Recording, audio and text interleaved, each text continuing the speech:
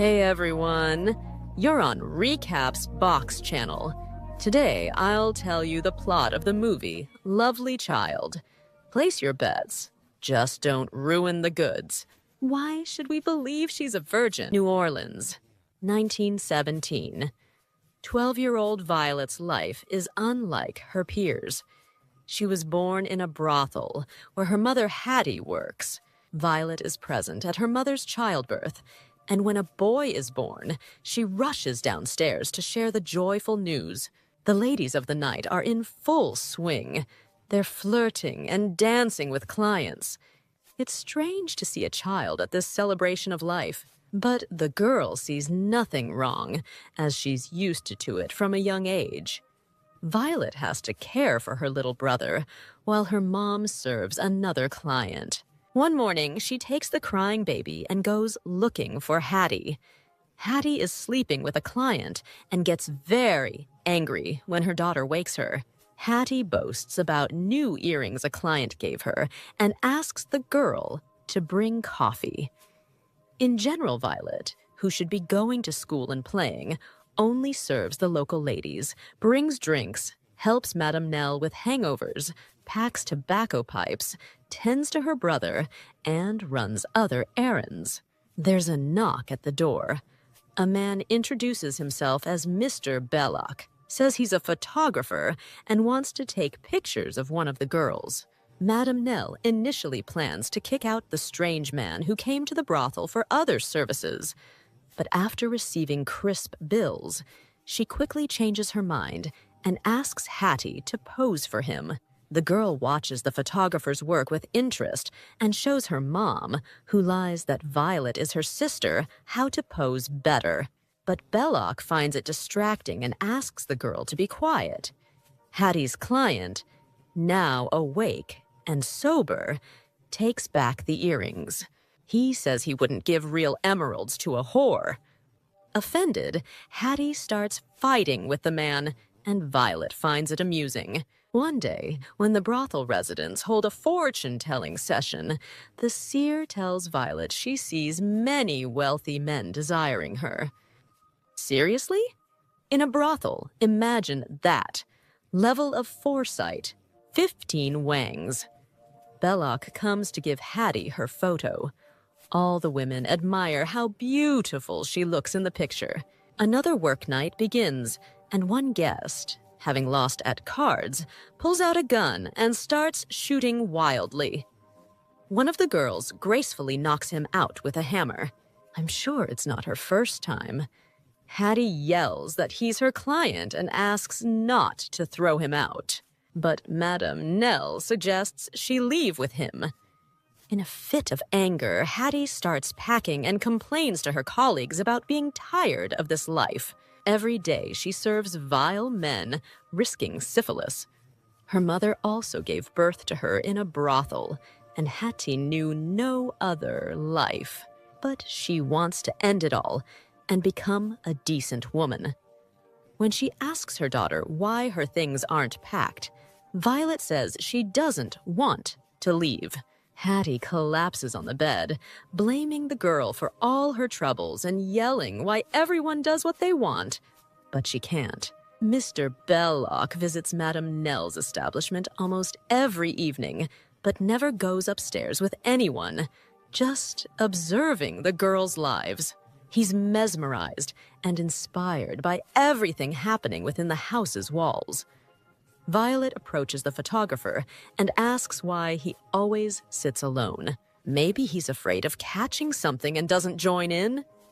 Belloc says he doesn't owe a child any explanation. Violet is hurt by this response. The girl says she's not a child and leaves. One of the patrons starts harassing Violet and gets handsy, but Madame Nell comes to the rescue and he leaves the girl alone. The next day, when Belloc photographs Hattie again and asks Violet to step aside, the girl starts touching his equipment without permission and nearly exposes the photo plate. In general, Violet constantly tries to get Belloc's attention, as kids do when they like someone. She's also jealous because the photographer looks at Hattie with admiration. Seeing the girl almost ruin his work, he slaps her, but immediately apologizes to the crying child. And now we smoothly transition to the most crucial and horrifying moment of the film. The Supreme Council of Prostitutes unanimously decides to auction off Violet's virginity, and she's not exactly against it. Understandably, since all the adults act like it's a normal thing. The girl just thinks this will make her an adult, like the other brothel residents she's looked up to all her life, having no other example before her eyes. I think most of these ladies went through a similar auction in their time.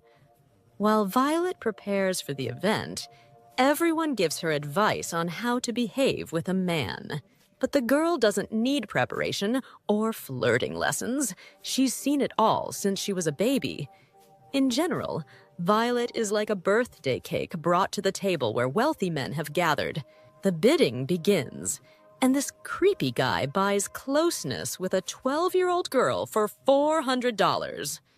Violet flirts with the client and says she's glad he's her first man, and now he's carrying her upstairs after everything happens.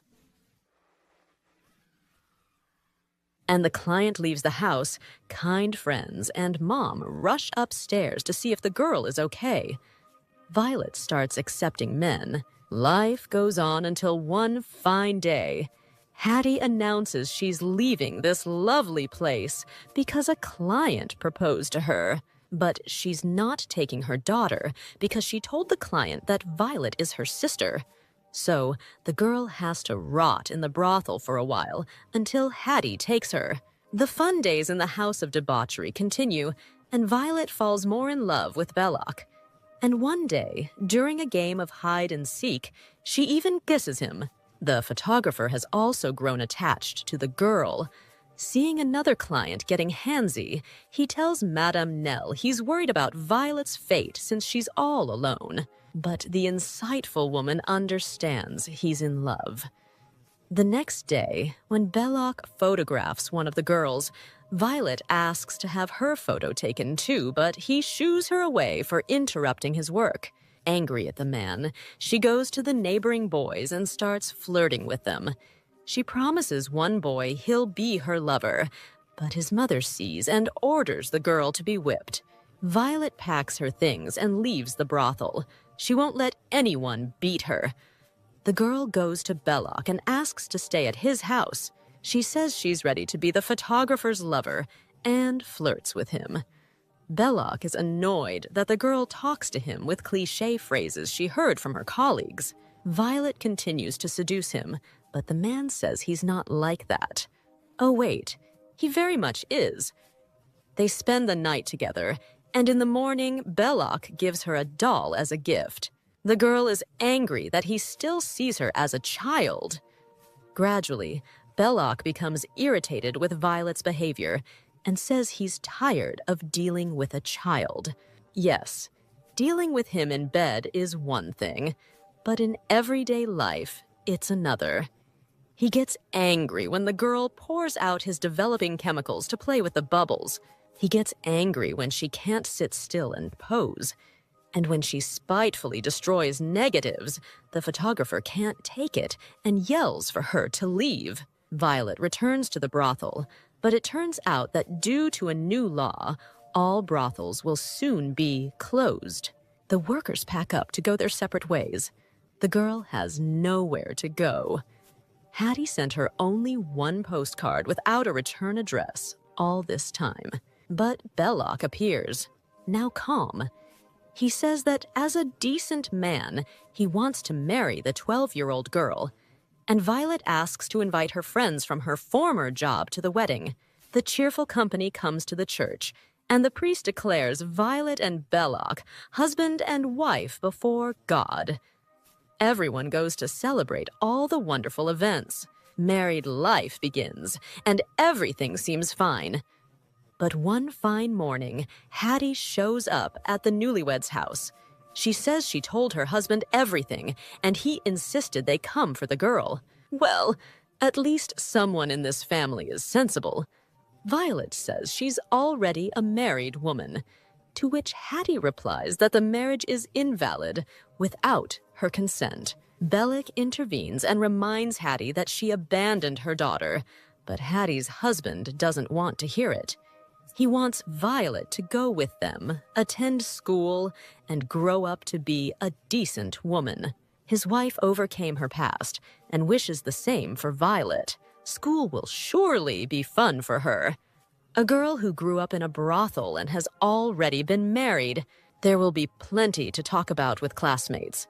Belloc says he won't let Violet go because he can't live without her until she breaks something of his equipment again. The girl suggests he come with her, but looking at Violet, he realizes he must let her go for her own happiness. A girl stands on the platform with her mom and stepdad, waiting for a train that will hopefully take her to a better life. Roy Violet is clearly too mature, but actress Brooke Shields handled it well, and Louis Mal did a great job directing. Leave a comment about which movie recap you'd like to see next time. That's all for now. Thanks for watching, and see you soon.